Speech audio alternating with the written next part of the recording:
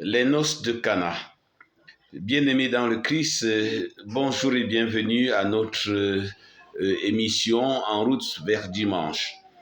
Dimanche passé, nous avons fêté le baptême du Christ et lors de cet événement, les cieux se sont ouverts et Dieu a dit, celui-ci est mon fils bien-aimé en qui j'ai mis tout mon amour, écoutez-le. Cette fête montrait là le mystère de chaque baptême. Dans le mystère de chaque baptême, c'est la grâce de Dieu qui est supérieure à l'action de l'homme.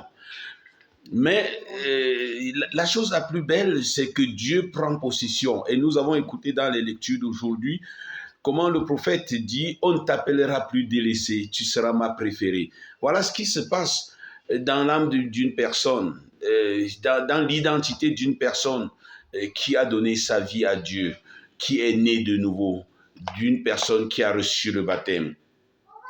Aujourd'hui, deuxième dimanche du temps ordinaire, nous ouvrons un temps où les choses les plus ordinaires nous poussent vers le ciel, pourvu que ces choses-là soient marquées de la présence, d'une certaine présence et d'une certaine attitude intérieure.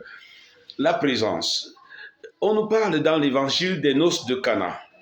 Les noces de Cana, c'est le mariage comme fondement d'une famille. C'est-à-dire, c'est à peu près l'image de chaque famille, d'une famille, avec la présence de Marie. Marie était invitée, Jésus aussi et ses disciples. L'Évangile met un point d'honneur sur ces détails. Marie était invitée.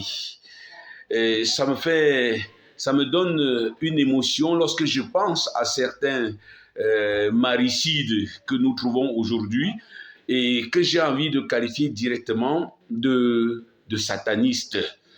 Parce que l'Évangile nous présente aujourd'hui la survie d'une famille, la survie d'une fête de mariage qui a comme secret la présence de Marie, bien mentionnée, les disciples et Jésus aussi. Qu'est-ce qui se passe durant ces noces? Durant ces noces en fait représentent aussi toute notre vie. Et ces noces représentent toute notre existence. Quand nous invitons la présence de Marie, la présence de Jésus et de ses disciples, voilà comment les choses se passent. Il y a des moments où le vin manque. Le vin manqua alors à Cana, et sans que personne n'adresse une prière, vous voyez la promptitude de Marie est prémureuse. Elle remarque que quelque chose ne va pas. Et elle s'en va parler à son fils. Elle était là toute discrète parce que jusque-là, rien ne mentionne sa présence. Elle ne demande pas la parole comme les gens ont l'habitude dans certains endroits de réclamer la parole, surtout lors des mariages, pour qu'on sente que c'est eux les parents de la mariée ou bien du marié. Elle ne réclame pas la parole, mais elle intervient. C'est l'efficacité de Marie lorsqu'elle est là dans notre vie. Et quand Marie est là, elle observe que le vin est fini. Elle s'en va voir son fils. Elle lui dit, ils n'ont plus de vin. Voyez, l'intercession. Quand Marie part dire à son fils, souvent certaines personnes disent, il suffit de parler à Jésus, il suffit. Jésus était là. Les disciples étaient là. Marie était là. Mais c'est Marie la première à aller voir Jésus. Donc, ne vous fiez pas aux gens qui prennent le raccourci en disant, je vais parler directement à Jésus. Dans ces noces, Jésus était présent. Marie était présente, les disciples étaient là, mais c'est Marie qui va dire à Jésus, ils n'ont plus.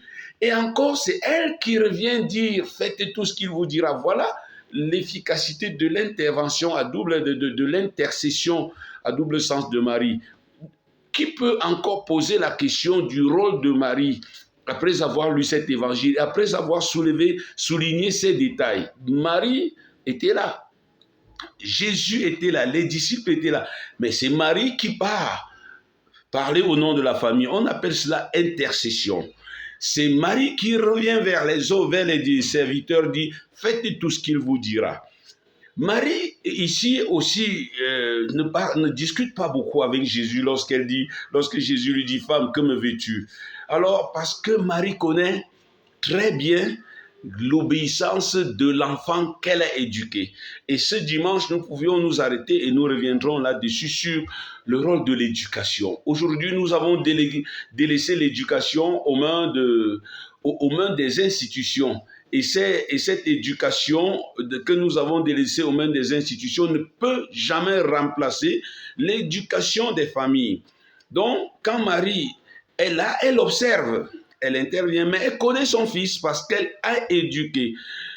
Le premier secret de ce miracle de Cana, c'est donc la certitude de Marie en son fils. La certitude du fils en Marie, dont Marie est intercessée. Et donc voilà comment l'ouverture du ministère public de Jésus se fait avec l'intercession de Marie. C'est quelque chose de puissant, mes frères. Ce n'est pas pour rien qu'on met cela au début dans l'évangile de Jean, au début du ministère public de Jésus, en présence de Marie, avec ce rôle d'intercesseur. Et qu'est-ce qui se passe aussi? Marie se rentre, donc elle nous parle aussi. Quand vous priez en invoquant sa présence, quand vous sollicitez sa présence, non seulement elle fait comme elle a fait en faveur du vin, mais elle fait aussi en notre faveur en nous disant faites tout ce qu'il vous dira. Écoutez ce que Jésus dit, allez puiser de l'eau. Il ne discute pas avec sa mère, c'est le fruit de son éducation. Il dit allez puiser de l'eau. J'ai admiré souvent ces gars qui, la nuit des noces, s'en vont puiser 600 litres d'eau. Ils ne demandent même pas qu'ils veulent du jus ou du top. Donc, ils ne s'opposent pas à Jésus. Ils reconnaissent que Marie a dit. Et alors, la foi, c'est cette obéissance à Jésus. Même lorsque Jésus ne nous donne pas ce que nous avons demandé. On a demandé du vin, il donne de l'eau. C'est carrément l'opposé. Et à la nuit, dans l'obéissance, nous sommes capables d'atteindre les objectifs les plus terribles.